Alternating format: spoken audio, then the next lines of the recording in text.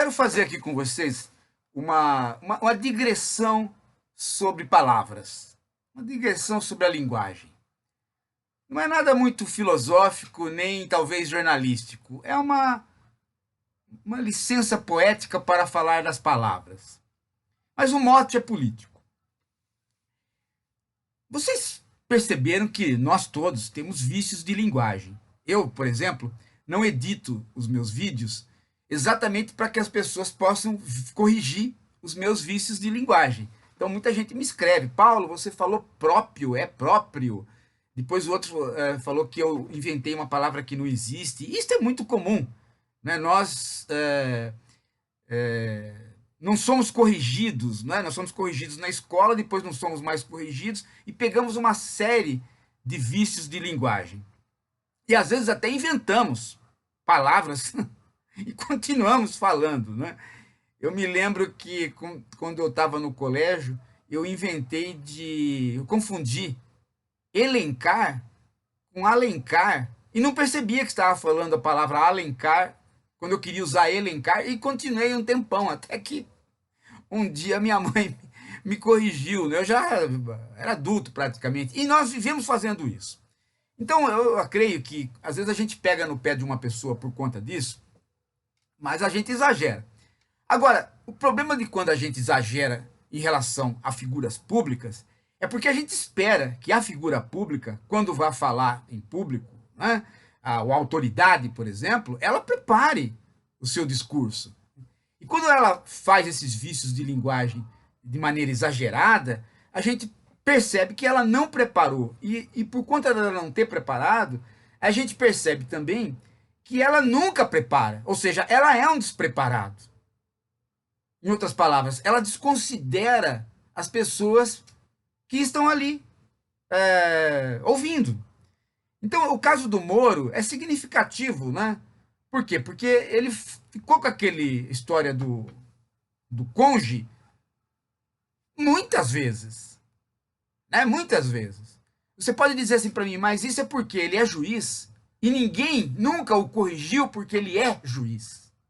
Isso é verdade, gente. Isso é verdade. A gente precisa estar sempre atento para essas situações em que a gente está numa situação de poder e ninguém mais corrige a gente. Eu não gosto disso. Por isso que às vezes eu pego um engraçadinho que quer fazer gozação, né? Você devia fazer um curso de português, doutor Paulo. Eu falo, já estou fazendo, né? O fato de você me corrigir é o meu curso de português. Então é fundamental a gente ter essa percepção do cargo que está. E nós, professores, nem sempre percebemos isso, né? Porque a gente sempre fala e não ouve, né? E não se deixa corrigir. O outro episódio também interessante é o do Kafka, que o ministro da Educação, do alto da sua sabedoria, Olavete, né? Ele disse Kafta. Mas aí pode ser que não seja um vício de linguagem, pode ser que ele estava simplesmente pensando no almoço dele, que o governo paga, né? Com o nosso dinheiro. Então ele estava pensando na Kafta, né? Já no churrasquinho dele ali num restaurante sírio-libanês, né? Eu acho que era mais isso. Mas de cônjuge a Kafta é o governo Bolsonaro. Afinal de contas, quem é o presidente? É o Bolsonaro. É o homem que pergunta no Twitter o que é Golden Shower, né? Então você não pode esperar muito, né, desse governo por razões óbvias. Agora, voltando à questão da palavra, dessas palavras, da troca de palavras, do uso de palavras. O grande debate entre a direita e a esquerda em relação ao politicamente correto já tem 40 anos. No Brasil ele foi, voltou. E o energúmeno mor da nação, que é o Pondé, né, depois do Olavo, eles insistem em ficar com esse tema, né? Ditadura do politicamente correto. Eles vão e voltam com esta merda. E o que eles não percebem, esse pessoal da direita, é que as palavras são vivas. Você não tem como encalacrá-las. Você não tem como colocá-las numa redoma de vidro e falar assim, palavra, você não vai mais ter outra semântica senão esta que eu te disse. Não há essa possibilidade para as palavras. Elas são bactérias vivas, né? Elas E são bactérias inteligentes, inclusive. Elas vão embora e começam a tomar tudo quanto é lugar. Então, se você chega para uma pessoa e fala assim, olha, né, você não pode usar essa palavra porque ela tem uma conotação pejorativa. A primeira resposta que você tem que dar é dizer em que situações ela tem a conotação pejorativa. E por que eu devo mudar? E se eu mudar, vai adiantar o quê? Essas são as questões. Né? Tem hora que nós temos que mudar. Tem hora que não tem jeito. Tem hora que se você não mudar, você vai estar forjando situações complicadíssimas para você. Então, por exemplo, se você hoje digita no Facebook a palavra viado, ele põe você para fora do Facebook. Põe você para fora, você fica suspenso. Mesmo que você esteja fazendo uma descrição de um conto. Por num conto, o autor, né, usou do palavrão viado. Né? Aí você põe lá, não, o Facebook não quer saber. O algoritmo dele, pá, localiza viado, viado, uma palavra feia, não pode ter, né? E ele te retira. É uma máquina, é um processo maquinal associado por humanos. Agora, veja só, como é que eu posso, né, como professor, não ensinar a palavra viado? Não posso simplesmente chegar e falar, bom, o dicionário não existe mais viado porque o Facebook não permite mais viado. Eu não posso cercear a cultura por conta de um programa de uma empresa. O Facebook é uma empresa, ele não quer a palavra viado. O nosso dicionário tem que conter todas as palavras, inclusive as chulas que nós usamos. Isso é uma outra coisa. E a outra coisa é o professor ensinando para o aluno qual a situação da palavra viado ao longo da história. Assim, olha, viado foi usado assim, viado foi usado assado, né? Viado usado assado é ótimo, né? Olha só. E aí você chega a uma situação, fala, olha, nós, em determinado momento, passamos a usar gay, gay ficou banal, já não quer dizer muito mais coisa, né? Porque se fala gay, talvez não se esteja falando de toda a população LGBT, tem que considerar toda a população, né? Talvez gay seja aplicado para masculino e não para lésbica. Então, gay banalizou. E aí você tem que conversar a história da semântica com o aluno, né? A história daquela palavra com o aluno, para que o aluno entenda, né, que as palavras não mordem, elas podem morder. Elas podem morder, mas elas não necessariamente mordem o cara culto.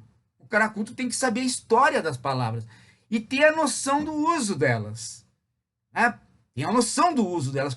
É como vestir uma roupa. Eu vou na praia, olha, não vou de blazer na praia. Eu vou para ir ao mar. Agora, se eu vou só para passear ao longo da praia, eu posso até ir de blazer. Há uma sutileza na vida. A pessoa culta, ela entende essas sutilezas da vida como entende as sutilezas da palavra.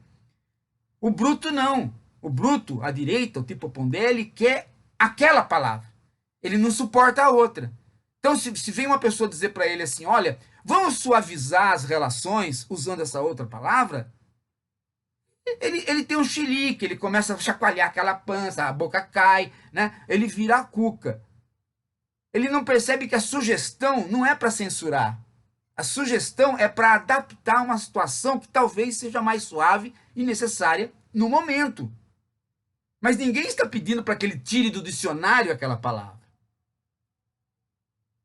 Então, por exemplo, eu esses dias queria usar uma palavra que não fosse nem gay, nem viado, nem bicha, nem homossexual, nem nada que tenha deste universo que cruza o pejorativo com o não pejorativo, dependendo do tempo. Eu queria uma nova palavra para expressar uma certa neutralidade e tal. Aí inventei essa aqui. Proatividade hormonal diversificada. Então, quando alguém é gay, ele não é nem viado nem gay. Ele é uma pessoa que está sob o tacão da proatividade hormonal diversificada, né? Que é mais ou menos alguma coisa equivalente, mas não do mesmo naipe, da deficiência cognitiva programada, né? dado que ninguém mais é burro, que você não pode chamar as pessoas de burro porque todo mundo virou gênio, então eu criei a deficiência cognitiva programada, né? E que pegou, as pessoas estão usando. E agora estou criando aqui a proatividade hormonal diversificada, que é para a pessoa que está em situação de proatividade hormonal diversificada. Bem, vamos então adiante, né? Vocês agora já tem mais uma coisa no vocabulário de vocês, né? Que é essa, e tem uma conotação técnica, né? Eu dei uma conotação técnica para ela. É a proatividade, né, hormonal diversificada.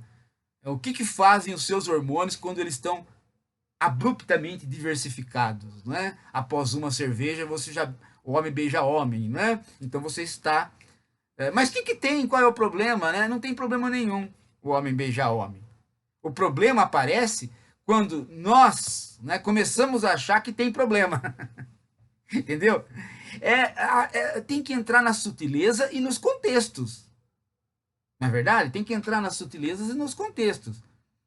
Você saber fazer esse uso de palavras é uma arte. E isso que faz com que uma pessoa seja educada. Então, voltando a uma conversa do Schwartzman, o Hélio Schwartzman na Folha hoje sobre os xingamentos do Olavo, né? Por que as pessoas notam o xingamento do Olavo e condenam? Porque ele é inculto. Ele não sabe usar. Quantos e quantos escritores não podem usar um palavrão? Podem usar um palavrão, claro. Né? Claro que podem. Alguns até usam em demasiado. Mas por que ele não pode usar? Porque ele não é um escritor. Porque ele não sabe usar. Porque ele faz aquilo que a gente chama de um xingamento. Ele não sabe usar um palavrão para quebrar o discurso. Né? O palavrão é um tapa, é um beijo, é uma metáfora. A metáfora faz esse papel de fazer com que você leve um tapa do texto. Né? Então, quando ele não sabe usar, ele usa para toda hora, com todo mundo, e ele quer que as pessoas achem isso normal. As pessoas não estão achando anormal. Quem está achando anormal são os moralistas. Nós não estamos sendo anormal, nós estamos achando que ele é simplesmente inculto. Ele não sabe quando usar as palavras. E não saber quando usar as palavras e querer ser escritor é não saber ser escritor. E isso é o Olavo, é o guru do Bolsonaro. Né? É o homem que vai do conge à cáfita. É isso, gente. Dá o like, não se esqueça de se inscrever no canal, passa para frente. E não se preocupe que eu já me recuperei do meu baque de tristeza que alguns aqui me deram por não compreender o trabalho do canal, né?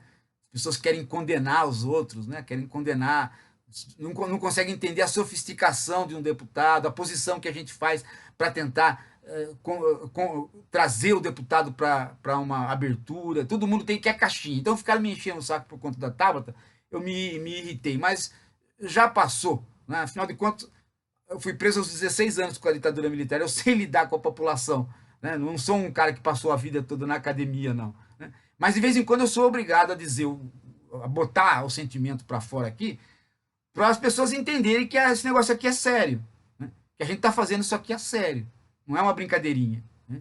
Não é uma brincadeirinha. Agora, o cara lá no sofá, para ele é uma brincadeirinha, né? Ele fala, essa é isso que disse, isso aqui é de direito, isso aqui não sei. Ele classifica tudo e aí ele não consegue atuar em lugar nenhum. Então, eu tive que dizer para vocês o que realmente estava acontecendo. Bem, vamos em frente? Vamos em frente. Olha, daqui a pouco eu volto.